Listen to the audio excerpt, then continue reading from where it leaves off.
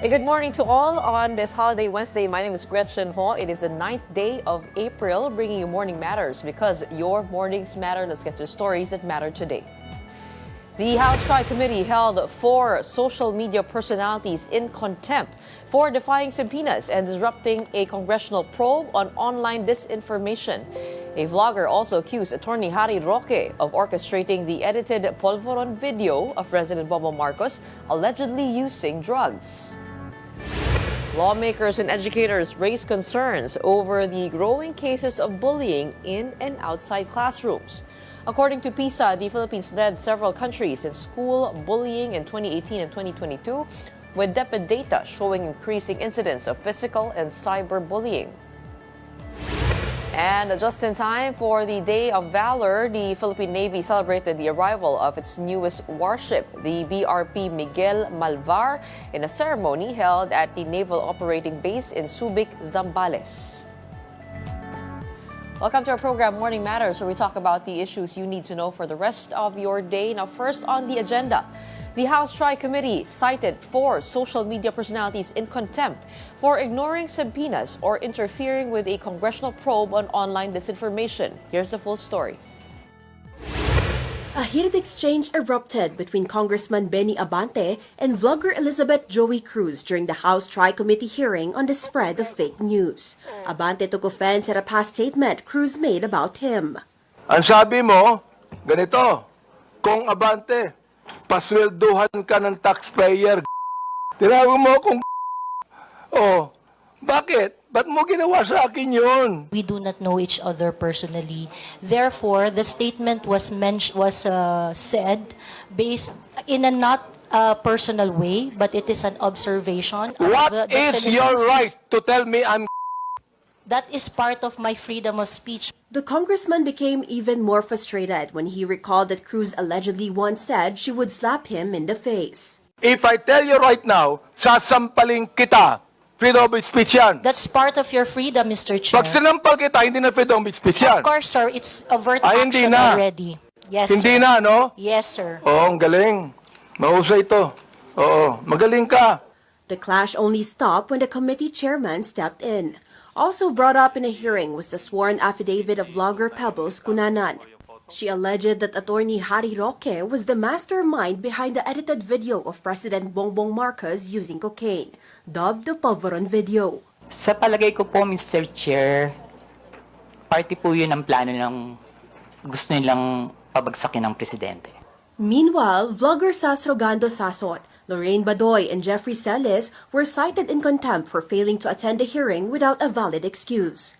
Vlogger Mark Lopez was also cited after posting criticism of the committee following his appearance at the previous hearing. Representatives from Meta who attended the hearing said they are taking steps to fight misinformation, including removing accounts and content that violate their community standards. They are also limiting the reach of low-quality content. They've partnered with third-party fact-checkers such as Rappler, Verifiles, and Ajong France Press to identify misinformation. They're also cooperating with law enforcement agencies. We can ourselves send content for the fact checkers to check, or the fact checkers can do it themselves. Some lawmakers believe social media platforms like Meta should be held accountable in combating fake news. They suggest that registration of social media platforms in the country may need to be mandated. We are exploring the idea of requiring accreditation or registration for social media platforms operating in this country to ensure that there is a readily accessible, responsible point of contact that understands and complies with our laws. Lawmakers and educators sounded the alarm on the rising cases of bullying in and outside classrooms. Mayan Los Baños with the report. A brawl at Bagong Silangan High School in Quezon City that involved intense hair pulling and the fatal stabbing of a student by a classmate in Moonwalk National High School in Parañaque. These are just some of the more recent violence in schools that senators find very disturbing. At Tuesday's hearing of the Committee on Basic Education, Senator Win Gatchalian sounded the alarm on the rising cases of bullying in and outside of classrooms, and these incidents are all over social media now. Parang nagiging palabas na yung bullying ngayon kasi everyone has a cellphone. No? At yung cellphone na yon ay pwede mong i-upload kaagad. Pag in-upload nila yan, hindi rin natin makokontrol yung share. Pwede lang i-share yan sa isa, pwedeng i-share yan sa 1,000,000. Pero may sugat yan o malalim na sugat hanggang sa darating pang mga panahon. So, kaya importante na itong problemang ito ma-address na natin ngayon. According to the principal of Bagong Silangan High School, they immediately spoke to the parents of students involved in the brawl. They even tried to keep the video from reaching online platforms, but it was the aunt of the victim that uploaded it. It also turned out that this was not the first and last bullying incident. Bakit madalas magkaroon ng bullying sa inyo? Meron ba kayong in-appoint na guidance designate? Meron po sir sa grade 7, meron po sa grade 8, grade 9 at grade 10 sir. Meron din pong grade level in charge po sa bawat grade level.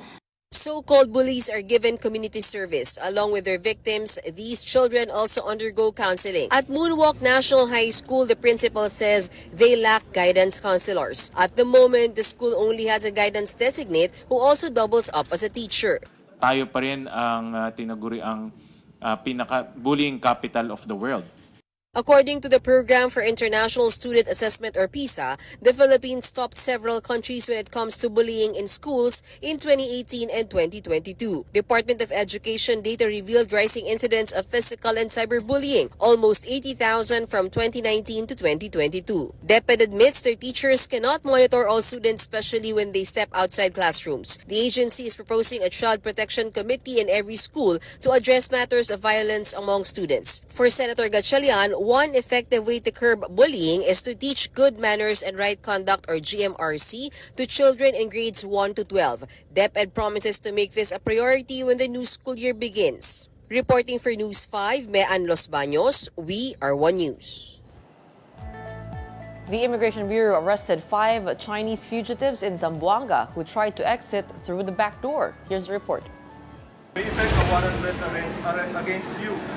So you have the right to remain silent. These 5 men were apprehended in Zamboanga City on March 21. They turned out to be Chinese fugitives trying to fly out from the country. They were about to exit through the back door in Holo, Sulu, but their speedboat broke down at sea in Languyan, Tawi-Tawi.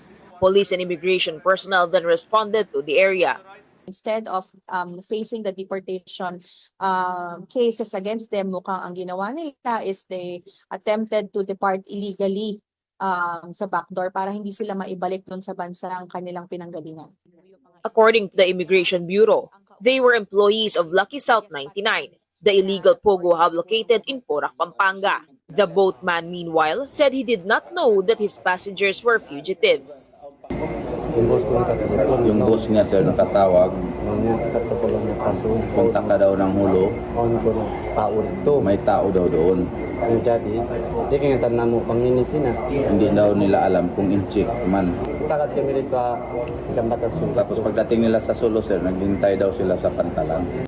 He added that a certain Batman ordered him to provide service to them. The BI said Batman was paid 25,000 pesos to be the transporter. Authorities are still hunting him down, while the 5 Chinese fugitives are now detained at Camp Bagong Diwa. Mobile journalist Marymon Reyes, we are One News. Don't go away. We'll be back with more stories right after the break.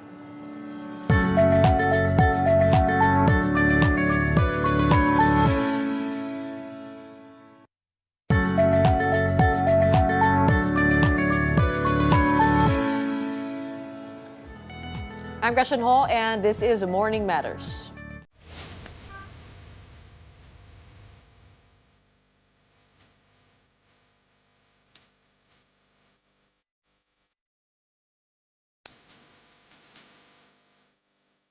The Philippine Navy officially welcomed its newest warship, the future BRP Miguel Malvar, during a ceremony at the Naval Operating Base in Subic, Zambales.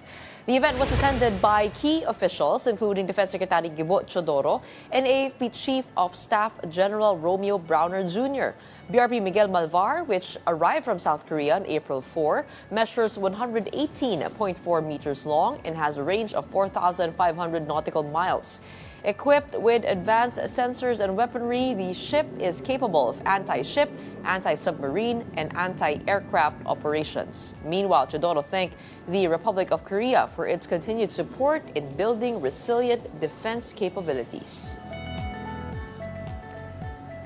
How could these new naval assets help the country's maritime defense capabilities? To answer that question and to provide more insight, we have with us on this show, on the Day of Valor, AFP spokesperson Colonel Francel Margaret Padilla. Magandang araw po ng kagitingan po sa inyo. Magandang araw ng kagitingan, Gretchen, and thank you for having us this morning. Hi, Colonel, talk to us about BRP Miguel Malvar. Of course, we are always happy when we see an addition to our fleet, but what is the significance of having this kind of vessel and how does it enhance our capability? Yes, Gretchen, no, as part of our continued commitment to protecting our country's vast maritime domain, being the second largest archipelago, no, the Armed Forces of the Philippines, through the Philippine Navy, has recently acquired several key naval assets. So this includes modern offshore patrol vessels, no, the ones that we call the OPVs. We have fast interdiction crafts and upgraded our multi-mission platforms as well. So our newest acquisition from the Philippine Navy is the South Korean-made corvette. This is the future BRP Miguel Malvar, which arrived in Subic, Zambales, and it was formally received on April 8, 2025. The Armed Forces of the Philippines actually proudly welcomed this arrival, and it was welcomed in the Naval Operating Base in Subic, Zambales. The ceremony was led by our Department of National Defense Secretary Gilberto Teodoro, together with our Chief of Staff. And it actually came at an opportune time, no, as we celebrate our Araw ng Kagitingan nga, and as we highlight the heroism, the valor, and sacrifice of those who fought for our democracy. So this is a formidable surface combatant. BRP Miguel Malvar is poised to play a vital role in defending our country's maritime sovereignty, particularly through our patrol and presence missions in the West Philippine Sea. And Gretchen, we continuously conduct these maritime patrols with our naval vessels together with our aircraft vessels as we do maritime and aerial patrols accordingly in the West Philippine Sea. And with the comprehensive archipelagic defense concept, all of this, we're fortifying our core defense capabilities and strategic basing also, all throughout the archipelago.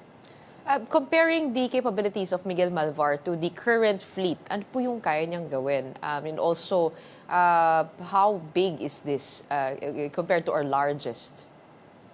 The Miguel Malvar measures 118.4 meters, along with its beam of 14.9 meters. So medyo mas malaki na to, Gretchen, no.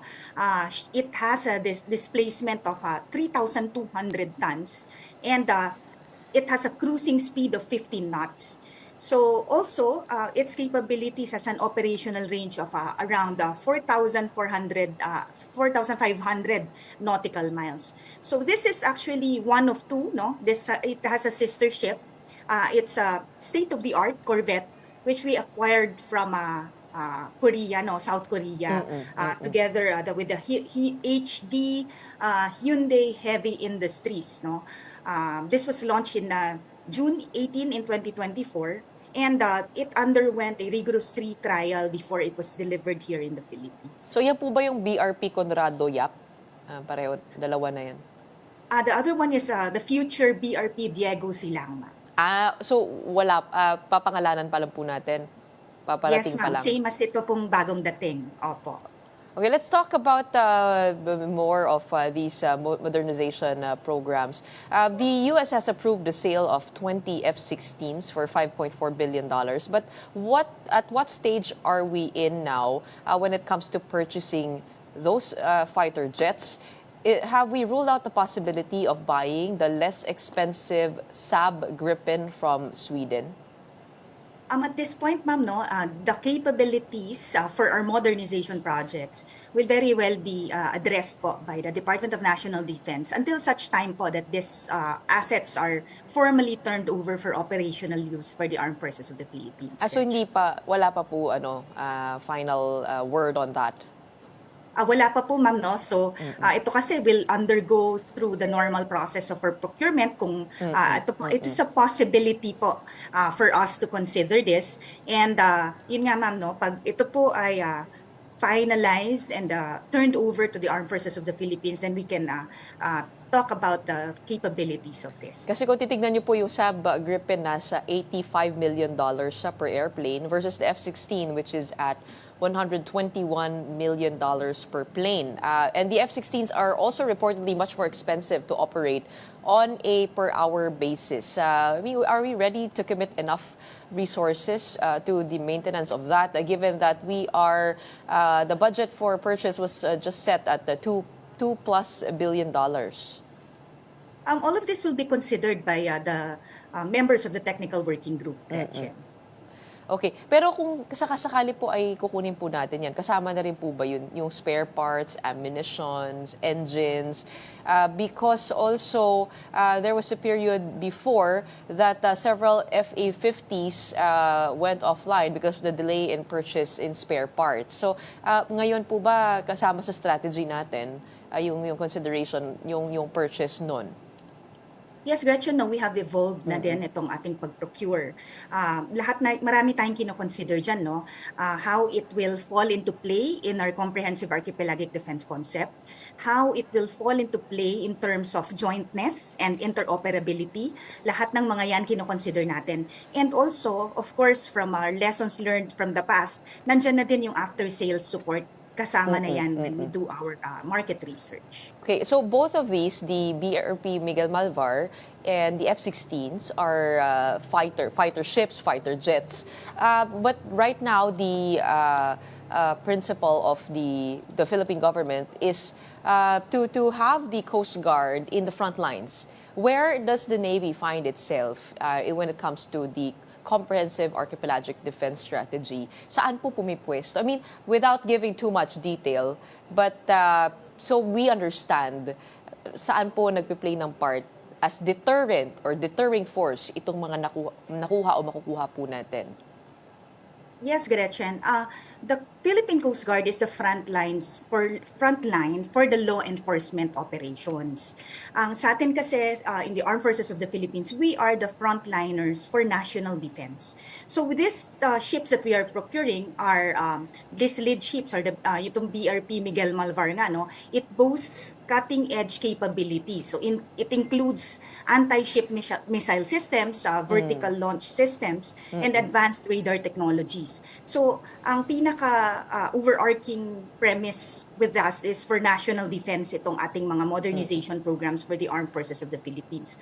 But at any one time, we are patrolling our waters, no? We are conducting our maritime patrols and of course aerial patrols. Continuous nating ginagawa yan while the PCG and the BFAR are the front lines in law enforcement. And we assist them in law enforcement operations as needed.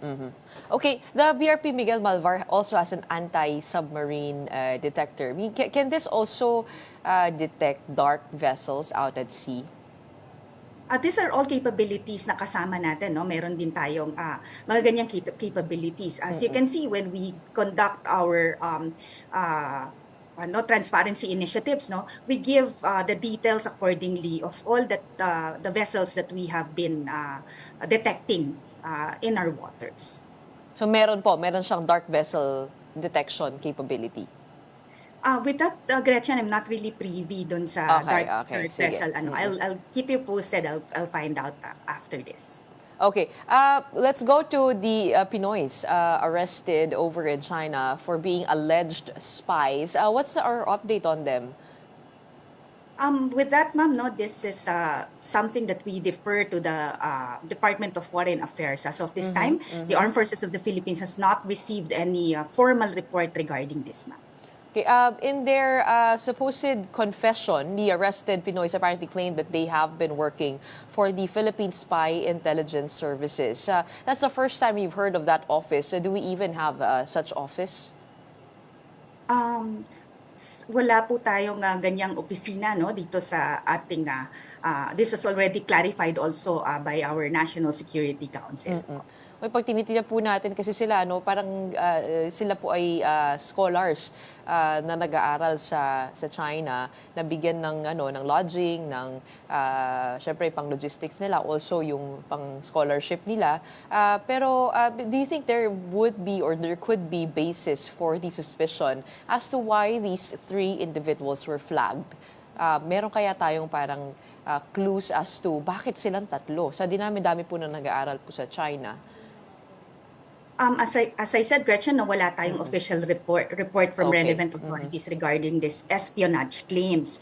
But based on experience, no, when we do foreign schoolings, we are really officially vetted by the host country.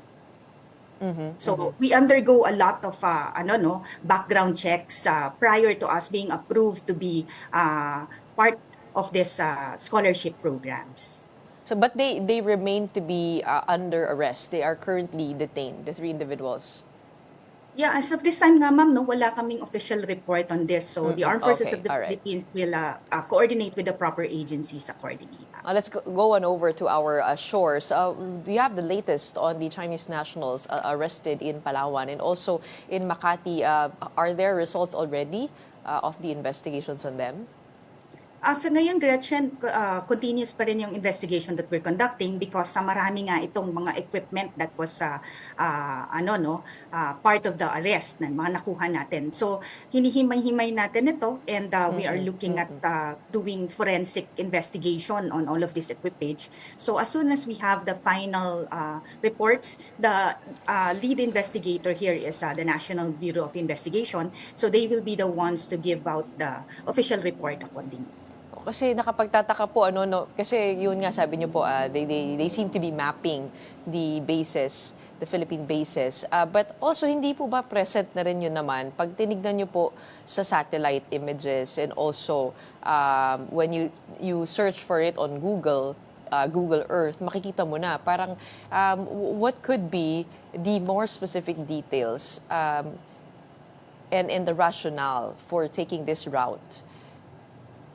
Ito kasi, Gretchen, yung mapping nila, you don't need to enter the facility. So, makikita mo na yung 3D features nitong minamap nila with this Yung loob equipment. mismo, yung loob po ng buildings mismo. Without getting inside the facility. Oo. So, 3D mapping ito. So, tinitingnan nga natin to, iniisa-isa yan. But ang questionable kasi dito, itong mismong mga involved dito na facilities. So, these are military facilities, PNP facilities, critical infrastructures, power grids, our water systems. Yun na mga yon. So, kailangan talaga tutukan natin ito because kasama din dito pati yung mga malls, considering that Filipinos are mall goers. So, matao talaga itong mga ganitong lugar. So, ina-identify natin the purpose of why this is being done and kung sino talaga yung perpetrator nito and for what reason are they conducting this. The AFP Chief of Staff, General Romeo Browner, has warned its troops, the AFP, to stay on alert in event of the conflict escalating over in Taiwan. How exactly are we preparing our fleet, our troops? This is in preparation of different possibilities, Gretchen. Kasama naman talaga yan sa mandato ng Sandatahang Lakas ng Pilipinas to protect the people and secure the state. So with this, we have to strengthen our defense posture and also consider itong ating humanitarian assistance and disaster response. So with this, ito yung hinighlight ng ating Chief of Staff, yung non-combatant evacuation if the need arises. So considering nga na napakarami ng considering na napakarami po ng ating OFWs diyan sa area, yan ang tinitingnan ng Armed Forces of the Philippines, how we would be reacting accordingly. Kung sakasakali po, saan po ba natin naasahan? I mean, yung anong probinsya po kaya yung maaaring sumalo? Doon po, visit the nearest one, which is for example, Batanes. Kasama na rin po doon yung Mavulis Island. Kasi galing po ako doon and when I was there, they were reconstructing the port. parang pinahanda po nila para mas maraming makalapag dun sa Mabulis. Have we identified areas? Yes, Gretchen, no? At the Armed Forces of the Philippines, we maintain po the vigilance over the entire region. No? So we will fulfill our mandate of our protecting the people and securing our state. So we are conducting a comprehensive contingency planning. So this is yung NOLCOM nga will be the northern frontier na fronting dito sa areas na to.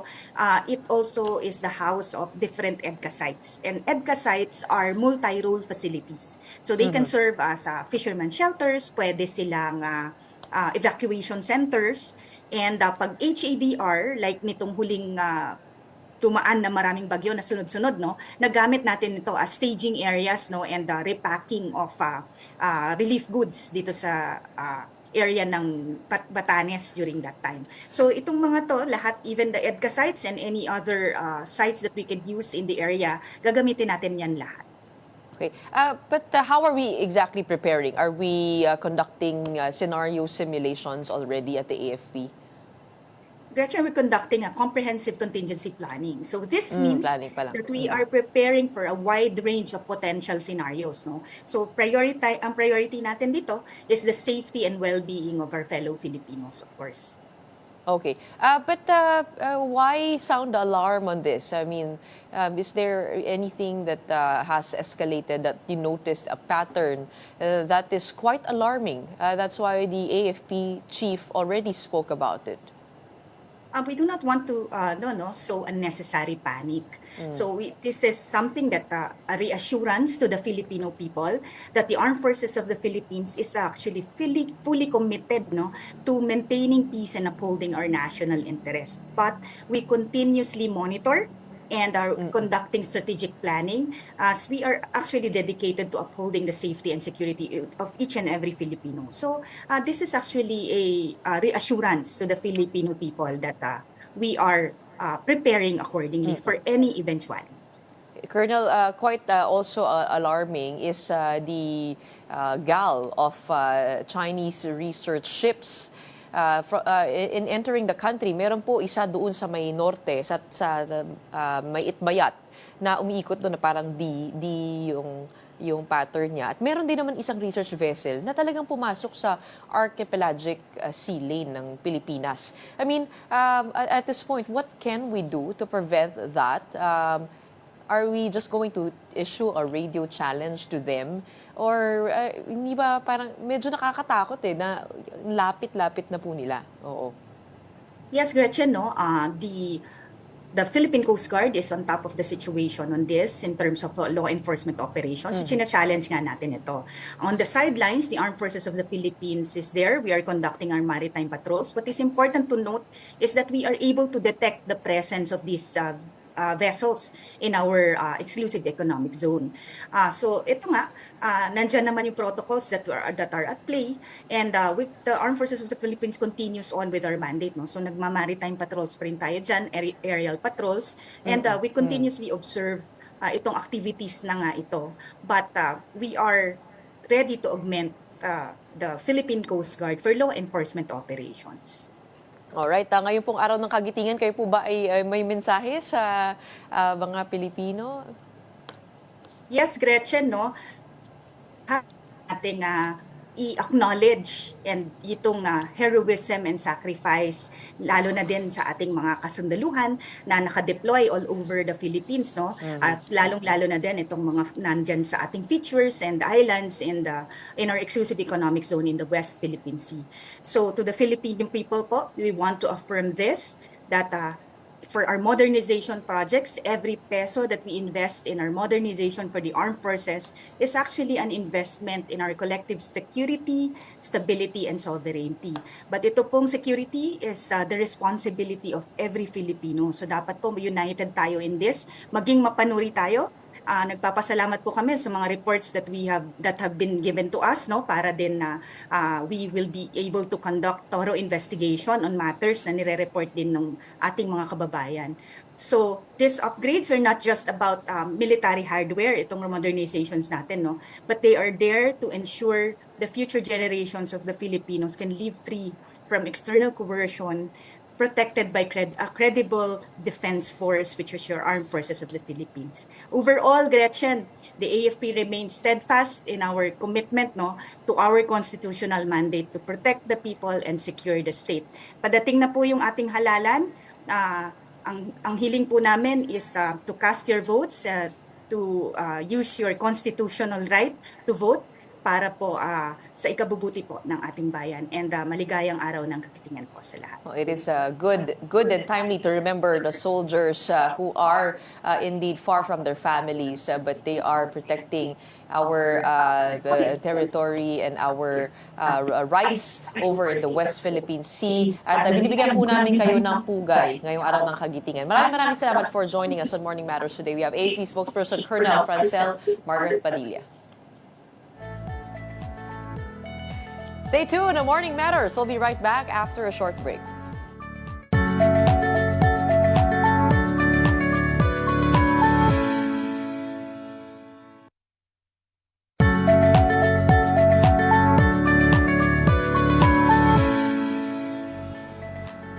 I'm Gretchen Ho, and this is Morning Matters.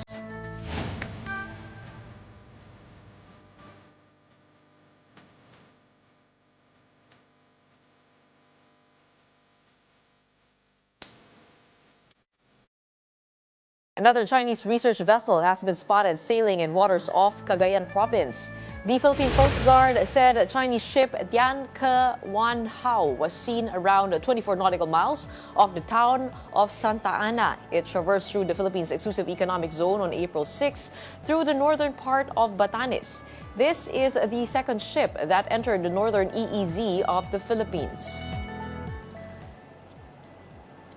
For all of these developments, let's discuss that with PCG spokesperson for the West Philippine Sea, Commodore J. Tariela. Isa po nga magandang araw po ng kagitingan po sa inyo, Commodore. Magandang umaga sa iyo, Gretchen, at isang magandang araw ng kagitingan din sa iyo. Hey, Commodore, pag-usapan muna natin itong research vessel na nakita. Tama po ba that this is the second or is this the third? Kasi meron po yung Chong Shan Ta Xie at meron din yung Song Hang.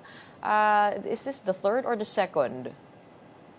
Well, the Songhan, ito kasi dumaan lang, hindi siya umikot ng Batanes eh. Pero itong Songshan Sue, tsaka yung Tianke Wanhao, ito yung dumaan naman over the province of Batanes. So we can say this time na nitong taon na to, there are only two Chinese research vessels that passed through the northern part of our country.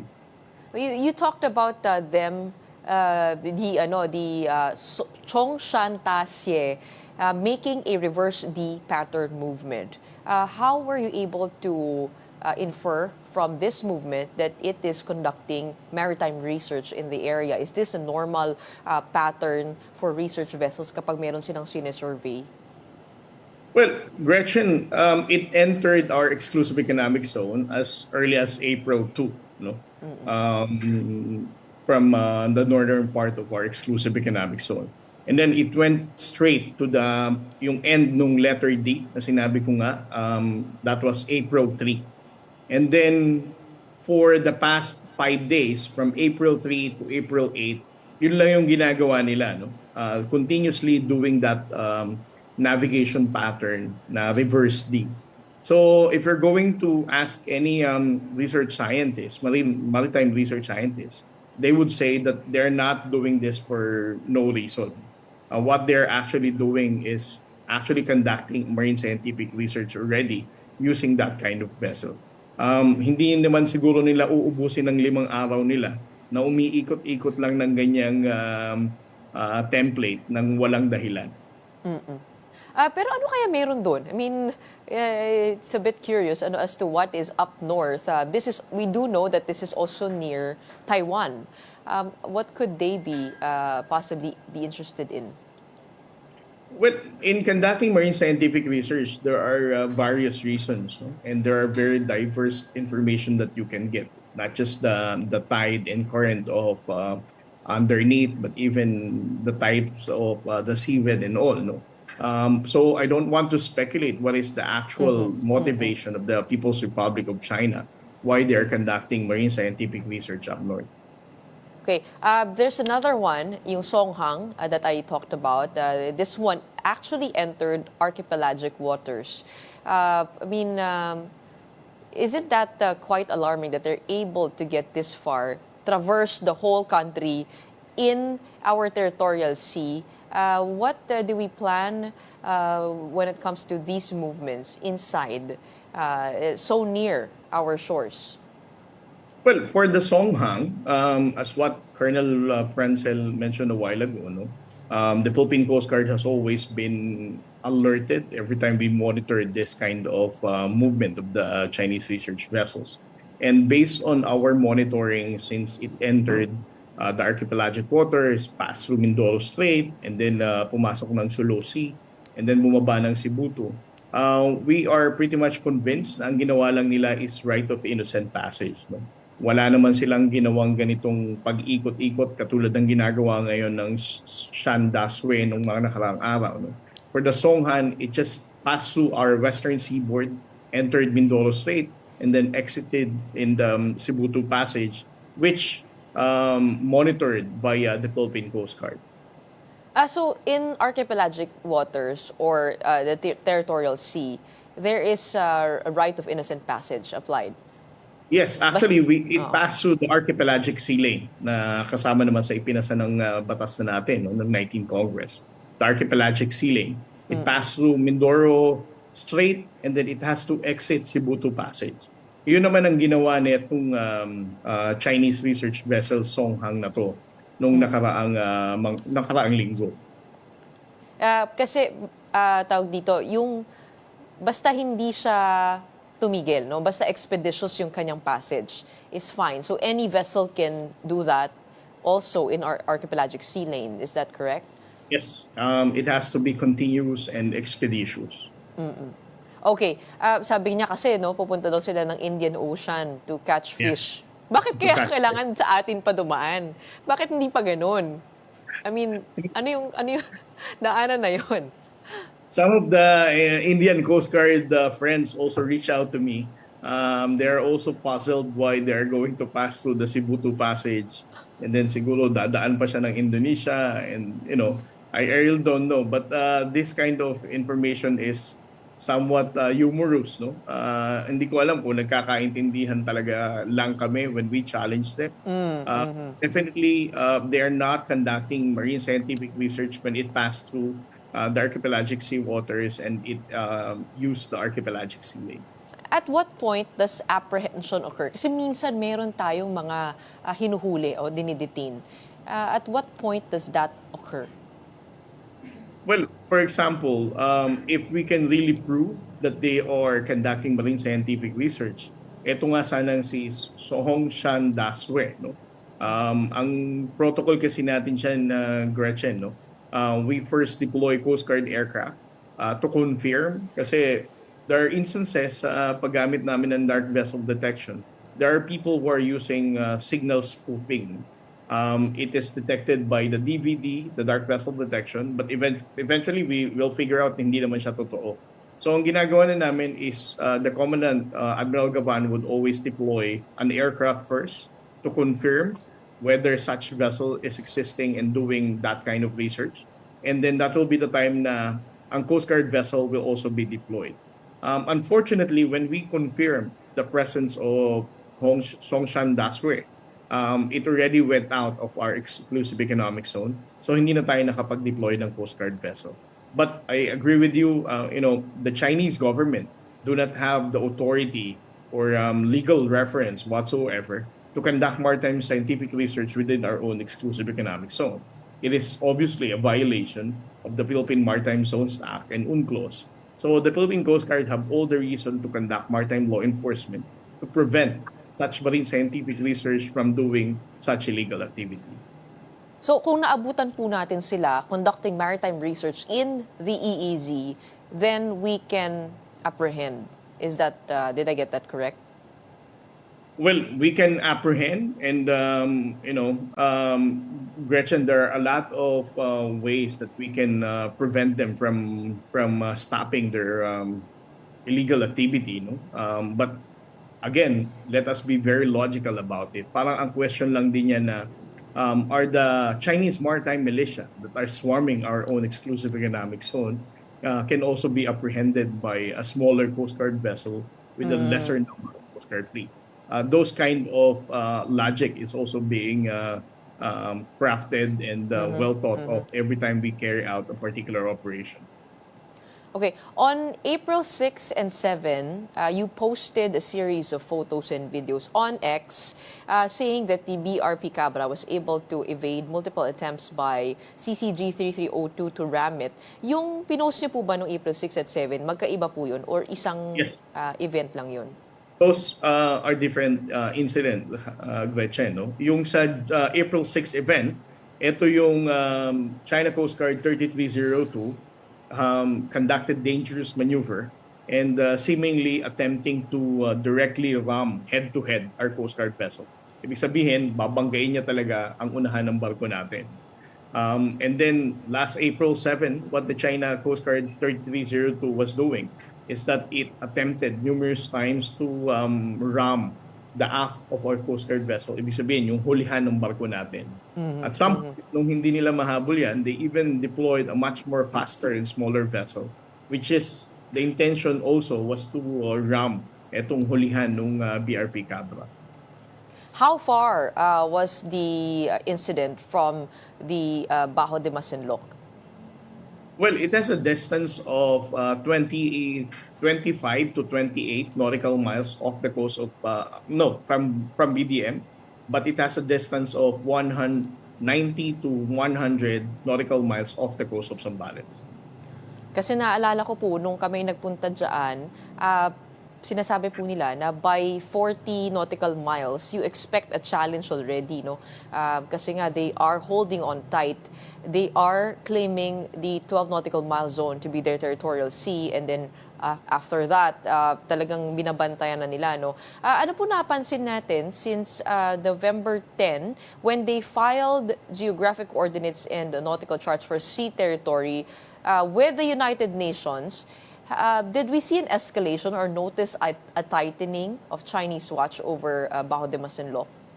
Well, I think the significant changes na nakita natin sa China Coast Guard was last January 4 when it first deployed the China Coast Guard monster ship and conducted illegal patrol dito sa west coast ng ating Ilocos region, Pangasinan, Mindoro, and Zambales. No? And then they kind of want to normalize this kind of illegal deployment. And our response was to persistently deploy our Coast Guard vessels so that we will not allow them to normalize such illegal patrol. Okay. And then taking a look at the whole of the West Philippine Sea, how many ships are now in that area, in the Bajo de Masinloc area? I believe there are a total of 40 Chinese ships detected in the West Philippine Sea in March. Well, I don't have the figures right now, Gretchen, no? But off the coast in Bajo de Masinloc, we have monitored 3 to 4 China Coast Guard vessels. That's basically a normal number of China Coast Guard vessels that we're monitoring. And then there are also China Coast Guard vessels deployed in Kalayaan Island Group. It's because of the Mischief Reef that they have naval base and also the Subi Reef. But as to the actual number, it varies from day to day. Nakakapangisda pa rin naman po yung ating mga kababayan doon. We saw 26 ships. Yeah. Ms. Gretchen, last week, we were able to deploy 2 Coast Guard vessels and 4 BFAR vessels to support the reported 26 Filipino fishermen off the coast of Zambales, no, as a distance of like 25 nautical miles distance from Bajo de Masinloc. So we were successful in providing safety and security, and the BFAR are also successful in providing fuel subsidy. So ibig sabihin, it goes to show that the Filipino fishermen can still fish there, and that they have the support of the Coast Guard and the Bureau of Fisheries and Aquatic Resources for them to not to be harassed and receive additional assistance from the Philippine government. Okay. Marami pa po akong gustong itanong pero mukhang wala na po tayong oras. Actually, tungkol yun sa fake news but I think that requires another hour. We'll get to that, but I'll let you rest for today. It is your day after all, Araw ng Kagitingan, a happy day of valor to all our Philippine Coast Guard out there. Maraming salamat for keeping our waters safe. We have Commodore J. Tariela talking to us about the situation over at the West Philippine Sea. Thank you for joining us this morning. Maraming salamat, Gretchen, at mabuhay ka. Don't go away. More matters to discuss right after the break. Keep it here on One News.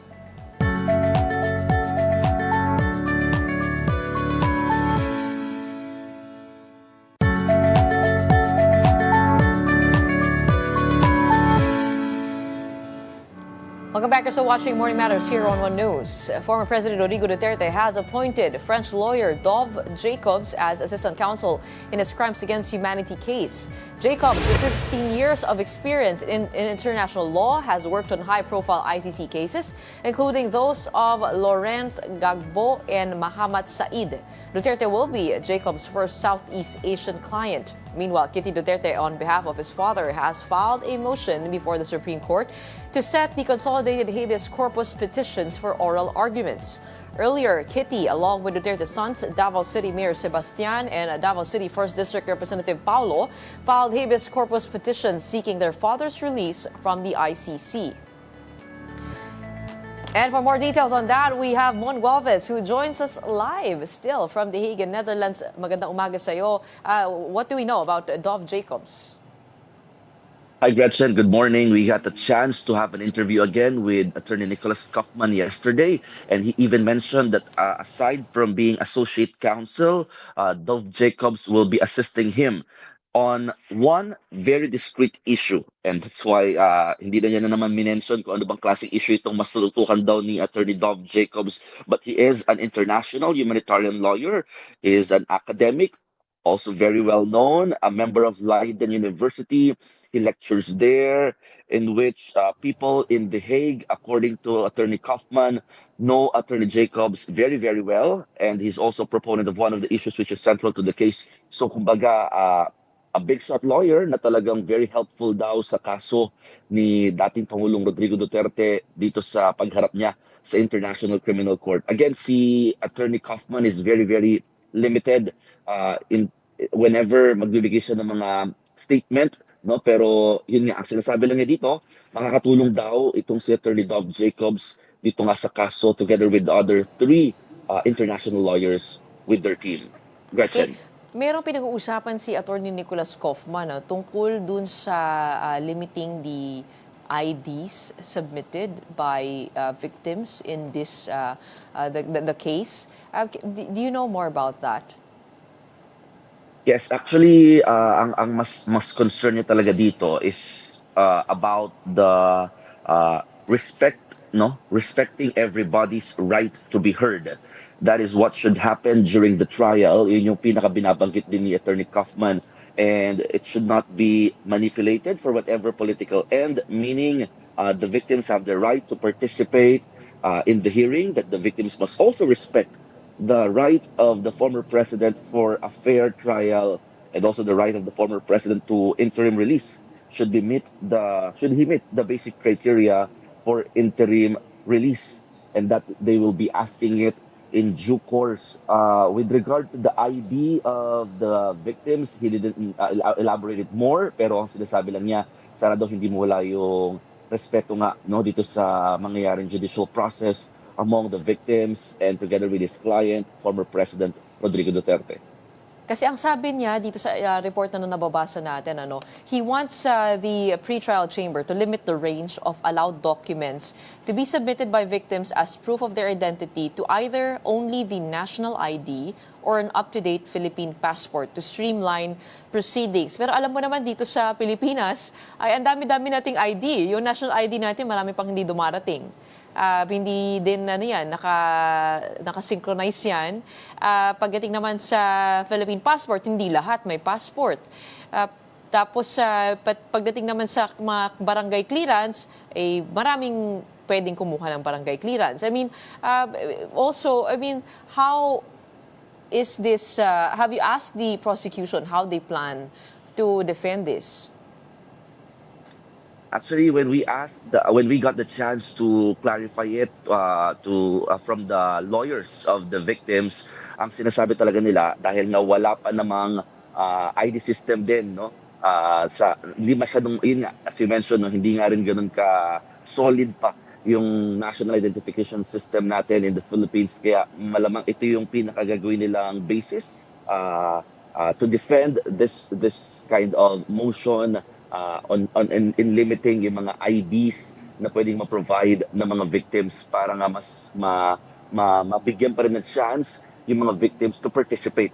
Lalo right now, pinagbibigyan pa na makapag-submit at makapagbigay pa ng kanilang willingness to participate in the case ang mga victims even month before the confirmation of charges in September.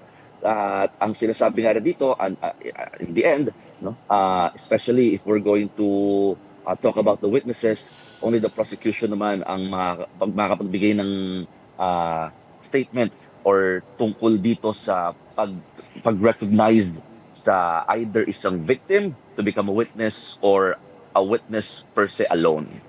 Ang kadahilanan na ng defense ay the insufficiently verified identity documents could lead to misidentification, double counting, and the inclusion of false victims. That's why they're concerned about this. But the third ID, actually, if wala yung national ID, wala yung passport, SSS naman. And hindi alam natin nga, yun nga, na hindi lahat meron dito sa Pilipinas ng mga ID na yun. So I guess this debate is also worth looking into. But there was also some comments about the legal representation of the victims. Did you get to ask both defense and prosecution about that? Legal representation of the victims, wala pa. Pero ang sinasabi naman sa atin ng lawyers nga ng victims, talagang this time medyo maluwag-luwag ng konti. Kahit sila, they can represent their clients. Ito nga mga victims, dito nga sa kaso, at talagang kahit nga virtual or online, ang sinasabi din nila, allowed din daw yan. So, these are things na inaayos, no, ng prosecution. On the other hand, lalo they are completing yung DCC, yung documents containing charges that will be submitted before the confirmation of charges this September. It seems that the defense is asking for the victims to be backed first by the ICC's Office of Public Counsel for Victims dahil daw pag maraming mga lawyer na nag-represent, it could be encumbering towards the defense dahil ang dami nilang sasagutin from multiple lawyers from many victims. So they're asking one office to represent them temporarily while they have their actual counsel with them. Yun din ang isa sa mga mga request ni Nicholas Kaufman. Pero any updates on the family there? Who's coming? Yeah, in terms of the family, Gretchen, yesterday, we saw again yung mag-ina, sina Hanilet Avancenia and Veronica Kitty Duterte. And Kitty mentioned that she will be celebrating her birthday here in The Hague. Birthday kasi niya bukas, if I'm not mistaken, April 10.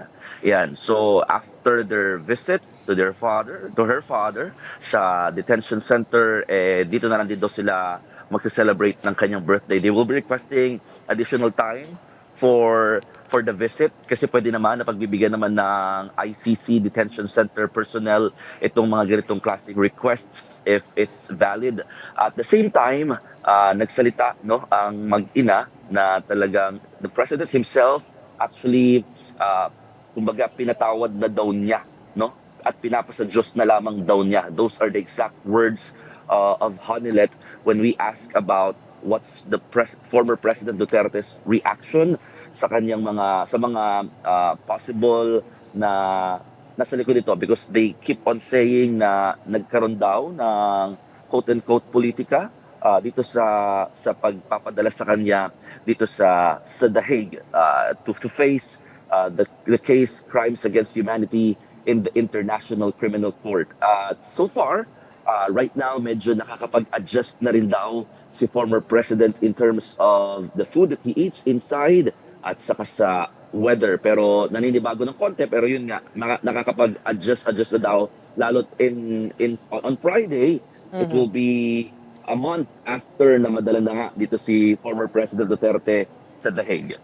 And that is the deadline for the submission of documents or the response from the defense. And we will be staying tuned to that. The birthday, of course, of Kitty tomorrow and that deadline. In the meantime, maraming salamat, Mon Gualvez, for being our man of valor.